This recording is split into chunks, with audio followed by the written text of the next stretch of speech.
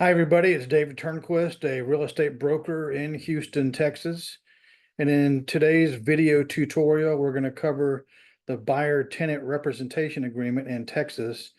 This is forms 20 TXR 1507, which is the one-page short form version, and TXR 1501, which is the long form version, several pages long.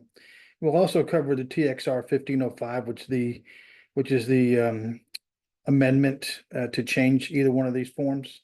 So let's get started. All right, so the one-page form we'll start with that one.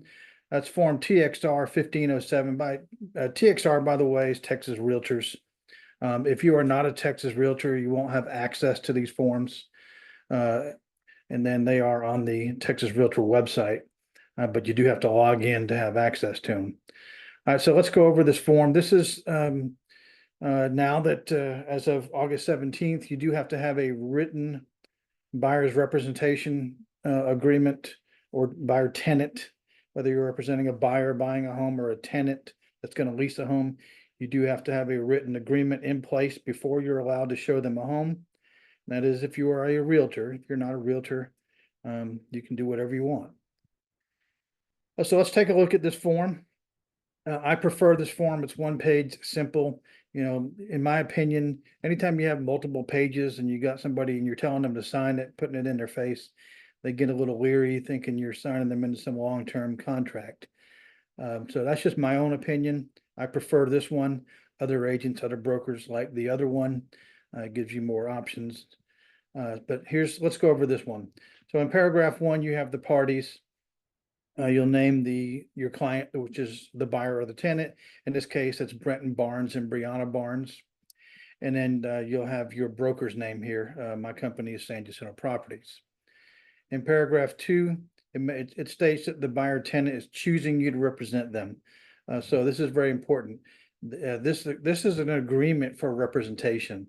So the client is signing this saying, hey, I want this agent, this broker to represent me in the buying or the leasing process, and I'm going to put it in writing. So number 3, the definitions. This defines the market area that the client wants. It can be very specific or somewhat broad. So I've mentioned a couple things here. It can be defined as a specific address. They may want you to show them one home and one home only. I have a closing tomorrow where I showed them one home, and this is the home. So I didn't have to go show a bunch of them.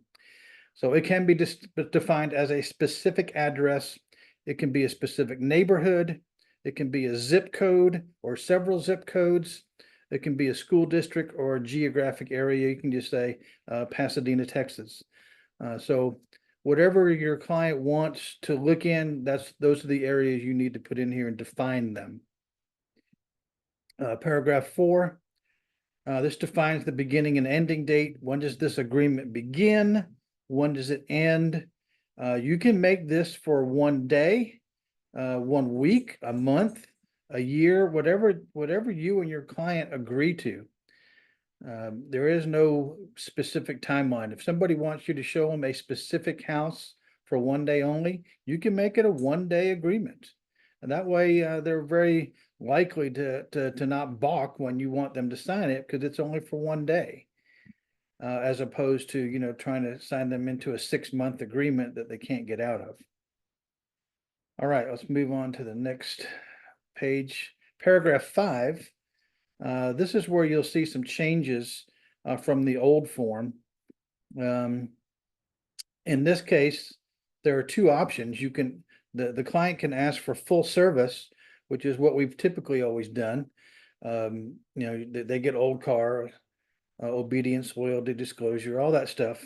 And you'll be representing them, not only showing them houses, but advice and opinion, helping running comps for them, submitting the offers, helping them negotiate, all the things that you've always done as a buyer's agent. That would be the full service under paragraph 5. You would check that box. If they only want you to show them one house or a couple houses over the weekend, and they don't really want your services, and to pay you for, you know, being their representative, they can hire you as a showing agent. And in that case, you would check the second box, which says showing services. In that case, though, there's going to be a fee that your broker is going to want to charge. Basically, kind of like a retainer or an upfront fee that for showing a house. Whether it's $50 per showing, $100 per showing, or some predetermined. Hey, for $250, I'll show you as many houses as you want to see over a 3-day period. So whatever your broker advises, whatever your broker's policy is there, you'll want to discuss that with them. There is no set guidelines here. Also, keep in mind, very important here, if somebody does want you just for the showing service part, you're basically just going to be going there and opening doors for them, and then, but you're not going to be creating contracts and stuff for them because they're not hiring you for that. So also keep in mind that if they're going to be paying you per house or an upfront fee, you as an agent cannot accept any money from a client. All money has to go through the broker. So be very careful that you aren't doing that, because if you are doing that and you get caught, it's a violation, not only the code of ethics, but your broker is probably going to have a big issue with it. So make sure that if you do check the showing service thing, that you've cleared it with your broker and you've discussed the fee and how it's going to be handled. Okay, paragraph 6. This informs the client that they have an exclusive contract with you and that they cannot work with other agents. They must inform other agents that they are already represented by their own buyer agent. This puts it in writing and makes it clear to them that, hey, when you sign this, I'm the person you're coming to. You can't go out and have 5 buyer agents. You're signing an agreement with me, and it's an exclusive agreement. And so make sure you're letting everybody know that you do have an agent. Paragraph 7, this is where the commission is going to be involved. A lot of agents in the past never bothered with a buyer rep agreement because they always knew they were going to get paid by the seller or the listing agent. Well, that's not really true anymore. We don't really know who's going to be paying the commission. So paragraph 7 is very important that you discuss this and have a fee up front. So here in this example, you'll see that this person is a buyer. They're going to be buying a property, and we've agreed on a 3% of the sales price commission once a property is located and an offer is accepted and they go to closing. Instead of a percentage, we could always just put a specific amount, a fee. So it could be a certain amount of money. If it's a lease, you can put a percentage of whatever the monthly rent is. So, typically a lot of times you'll see 50% of 1 month's rent is what the agent representing the tenant would get.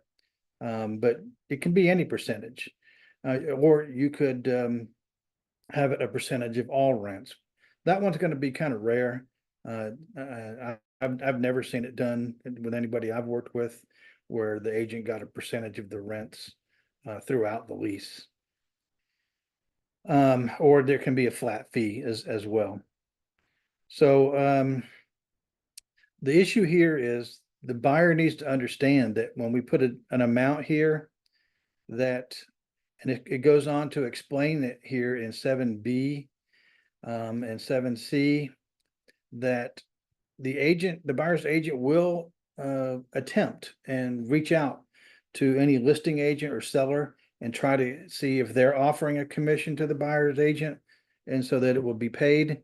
However, if the listing agent or the seller is not offering a commission to a buyer's agent, the buyer needs to understand that this fee here in paragraph 7A has to be paid by the buyer. In the past, that was very rare. It did happen, but it was very rare. Not going to be quite as rare anymore.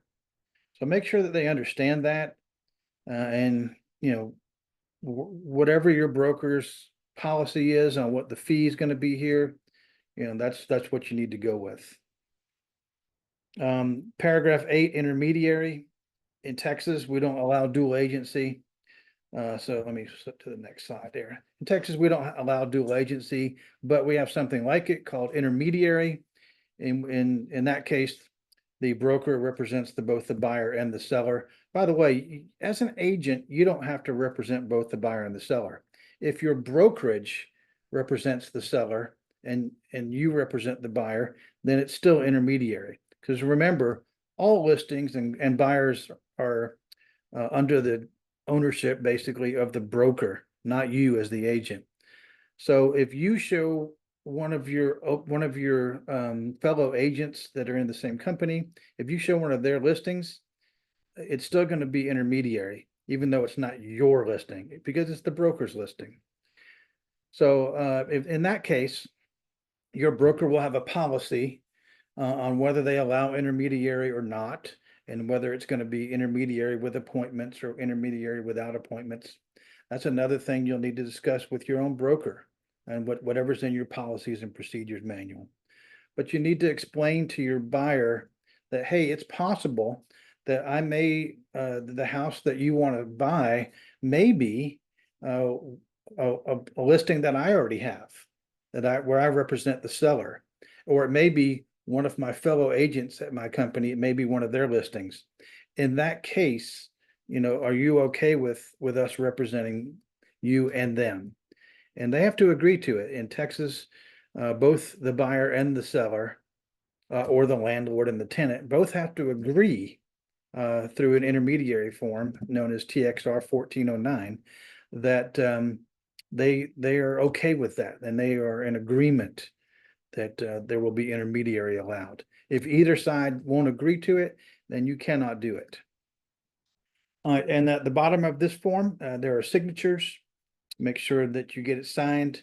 I would send a digital copy to your client so that you can prove that they got a copy. Sometimes when you just do this on a piece of paper and they sign it and you give it to them, you don't have any documentation. So I always like to have them digitally sign it and then send them a copy of it. And so I have the email proving that they got a copy. All right, so that's the simple version of the buyer tenant representation agreement, the one-page form. So let's go on to the next one, which is TXR 1501, and that's the long version of this. It's a little bit more detailed. Basically, it's the same stuff. There's just some more information. You'll notice here on the other form, we just got the buyer's or the tenant's name, and on the second form, which is the 1501, the long version, we have their address and contact information here. All right, so that's the only real difference in paragraph 1. You're going to have contact information added. Paragraph 2 is the same. Basically says that the buyer or tenant is choosing you to represent them. They understand that you will be their agent. Paragraph 3, this defines the market area just like on the short form. It's the same thing. Is it going to be one zip code, one particular house, one neighborhood, one city, one school district, or multiple ones? On this example, you'll see this particular buyer wants to look in Pasadena, Deer Park, and LaPorte. So any of those 3 cities would be in the area that this buyer wants to look in. Paragraph 4, the term, when does this agreement begin and when does this agreement end? It could be 1 day, 1 week, 1 month, 1 year, whatever. 23 days. It could be whatever you agree to. Paragraph 5, this mentions what the broker's responsibilities are, or the broker agent will provide full agency service to the buyer to their best of their ability. And that's basically what this says, full agency. Paragraph 6, the client promises to work with you exclusively and notify sellers and other agents that they are represented by you. This is to stop buyers from signing this agreement and then all of a sudden going off on the weekend because you weren't available the exact time they wanted you, and then getting some other agent to show them houses and just leaving you in the behind. So once they sign this, it is a binding agreement, and they are obligated to tell other people that they are working with they already are represented by an agent. All right, the next page, paragraph 7, broker compensation. Basically what you saw on the short form as well. It mentions that you as an agent will attempt to get a commission from the seller or from the listing broker. But if the seller or listing broker is not offering the commission, that the buyer understands that they will be responsible for whatever commission is here. And you can see on this particular example, we put 2.5%. Or you could put a flat fee, $2,500. If it's a lease, here on this example, we put 50% of 1 month's rent, and then we put NA on all the other ones. I prefer to put NA in any blank that I'm not using. That way, no one thinks that I forgot to put something in there, or there's supposed to be something there and it's not there. So by putting NA in all the blanks that you aren't using, it lets everybody know that it's correct and there's not supposed to be anything there. The rest of this stuff you can kind of just look through. Now, 7E1, I made a comment here.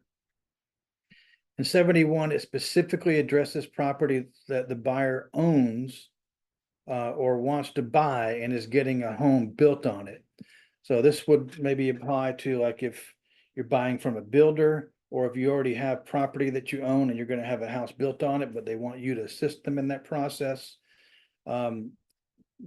Would the commission change? It could possibly be different there. So what kind of commission would there be on something like that? On 7E3, this could refer to a bonus or a referral fee, but it mentions here that that fee has to be kind of clear and concise, and the amount has to be upfront. It can't just say, if I get a bonus, I get it.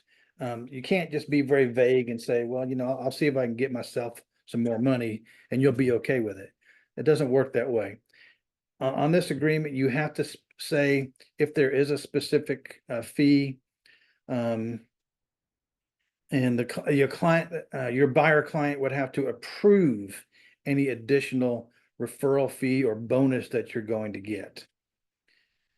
If you don't know about it up front and then something appears later, you can always amend this paragraph by using TXR 1505, which is an amendment to the buyer's rep agreement. I'll show you that at the end of this video. All right, paragraph 7F, the protection period. And we have these in a lot of our contracts, but some people aren't really sure what they mean. The protection period basically just says, hey, if this thing expires or you terminate it early or whatever, and you end up buying a property that I've already showed you, and you're only doing it to try to not have to pay me a commission. In other words, trying to, go around the contract. You're still going to have to pay me a commission, or I could sue you for the commission if you do so. And so the number of days here, and this example is 30 days. So let's say that I showed somebody 5 houses and then randomly said, you know what, I'm not going to buy a house. I want to go ahead and terminate this. So we terminated it. But then 2 days later, they go back to one of the 5 houses that I did show them and say, hey, I want to buy your house, but I got rid of my agent, so you don't have to pay them a commission. If they were to do that, I could, and I found out about it, I could go use this protection period to force them to pay me a commission. Now, understand this: if they terminate the listing or the buyer rep agreement with me, or it expires, and then they get represented by another agent, once they have representation from another agent, this protection period is basically void because now they have new representation. All right, paragraph 8, these are mandatory legal disclosures. You can kind of read through those. Paragraph 9, intermediary. As I mentioned on the short form, it's the same in Texas. We don't allow dual agency. We have the intermediary. So if your client does want intermediary, they do need to indicate that they are okay with that. If they are not okay with it, they can indicate by checking 9B that they do not want to be a part of an intermediary transaction. So remember, an intermediary, you have to have both the buyer and the seller, or the landlord and the tenant. They have to both agree to be an intermediary. And there is another form for that, TXR 1409. All right, paragraphs 10 through 15, again, more legal disclosures. You can kind of read through those. Paragraph 16, they add any of the addenda that are going to be required. The problem here is, I'm not really sure what what addenda I'm going to need, because it depends on the house you're going to buy. Now, if we already know what you're looking for, then we can add these, but information about brokerage services, we're always going to need that one in Texas. But any of these other ones we may or may not need. Again, a lot of it comes down to your broker. Some brokers require these forms, and some don't. A lot of these aren't mandatory that you have. For example, the protection, protect your family from lead in your home. That's not required unless the house was built prior to 1978. Well, I don't know if I need it or not, because I don't know what house we're looking at yet. But if we find out that we are going to need it, of course, I do need to give you that form along with the lead-based paint addendum. So some of these will be mandatory if needed, depending on the house and where it's located. Some of them will be required because it's your broker policy. Your broker may say, you must have that, this one. All right, next, paragraph 17, special provisions. A lot of our contracts have special provisions, which is where you can add factual statements to add some type of business situation in the contract that wasn't already there. You need to be very careful in special provisions, not to add something in there that was already in the contract and you just didn't know it was there. I see that a lot. Agents will write things into special provisions that there's already a place for it in the contract and they put it in the wrong place. Also, be careful not to write things that would negate something that's already in the contract, because by doing so, you could be considered to be practicing law, because these contracts are promulgated. So anything that's in black ink was already there, promulgated by the broker lawyer committee. So if you make changes to this, or try to line item veto things, you could get yourself into trouble. So be careful not to write things in here without checking with your broker first to see if they go there. 9 times out of 10, you don't need anything in paragraph 17. And if you do, check with your broker first. Paragraph 18, these are more mandatory disclosures about fair housing and inspectors and things like that. So make sure you know what's in here if your client asks you about it. And make sure that they read this too. They need to understand this. And then finally, the signatures, make sure that you sign it, and make sure that your broker allows you to sign on their behalf. Most brokers do allow you to sign the contracts and stuff, and they don't, most brokers don't have time to sign. If you're in an office with 200 agents, the broker would be doing nothing but signing papers all day. So most brokers do allow you to sign on their behalf. So if you are, make sure you check the box that says broker associate's signature. Otherwise, your broker would need to sign. And make sure that when you do this, you get a copy of this. Your broker gets a copy of this form, whether you're using .loop or whatever your transaction system is with your broker. Okay, next, I want to show you the TXR 1505. This is the amendment that goes to the 1501 or the 1507. So if you have used the short form or the long form, and for some reason you need to amend it, make a change to it, this is the form you will need. It's just one page. And so you'll put the original date, when your original agreement was done, it would go up here. And then you will put the date that you're signing this amendment right below it. So the original agreement on the top line, and the date that you're signing this on the second line. If you're going to be making changes to the market area, like they go, you know what, we want to add Friendswood to the list and it wasn't on the original list. Well, you can check box A and add Friendswood. Box B, if you're changing the ending date of the original agreement, you can put the new date here. For example, if the original agreement was ending on September 15th, and now they want it to go for another 3 weeks, you could have it go to October 7th, or whatever that date would be. Paragraph C, if you're changing from full service to showing service, or if you're changing from showing service to full service, you got to check box C, and then check which service you're going to. Now, if you're using the short form, remember, you can be a showing agent only, or you can be a full service agent. It doesn't really mention that on the long form. But let's say that you show them a house and they only hired you as a showing agent, but then after they see it and then they start asking you a lot of questions, you go, hey, I can't really present the offer because you didn't hire me as a full service agent. Oh, well, we want to do that now. Okay, well, we can do that now. We don't write a whole new agreement. We just make an amendment and check this box that we're going from showing service to full service. Okay. And if we're doing that, we need to put, well, what's the agreement? What's the payment going to be?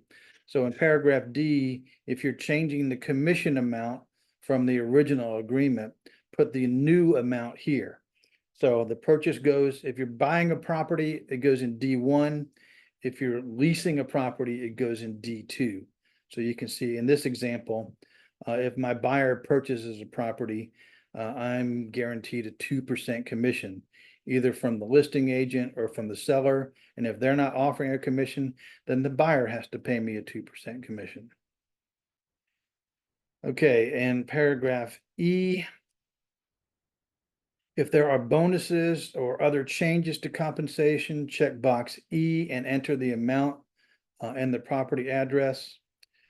So, if you find out that there's some type of bonus, remember, your client has to agree to it.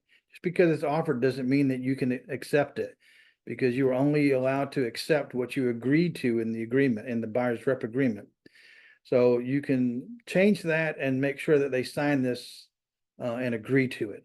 But if your client doesn't agree to it, then you can't legally accept it. All right, paragraph F, if the client wants to pause the agreement, you can enter a pause date and a date when the services will resume. I don't really see that happening very often. Most likely we would probably just terminate it, and if they wanted to start, in a few months later, we'll do it then. But there isn't, the possibility exists here if they wanted to pause it for a while. In paragraph G, if there's another paragraph in the original agreement that needs to be changed but was not mentioned above, you can enter that change in G. It's kind of like a special provisions on the amendment. So if there's something here you want to change, but it's not one of these in A through F, then you can write it into G. But again, be careful what you're changing and check to make sure that you're even allowed to do that change. So if you're going to put something in G, I would run it by your broker first before you did that. And then, of course, the signatures are needed here at the bottom, and then you're good to go. So I hope this was helpful. And we will continue our series here. I'm going to be doing a listing agreement either tonight or tomorrow. Thanks for joining in. Where's my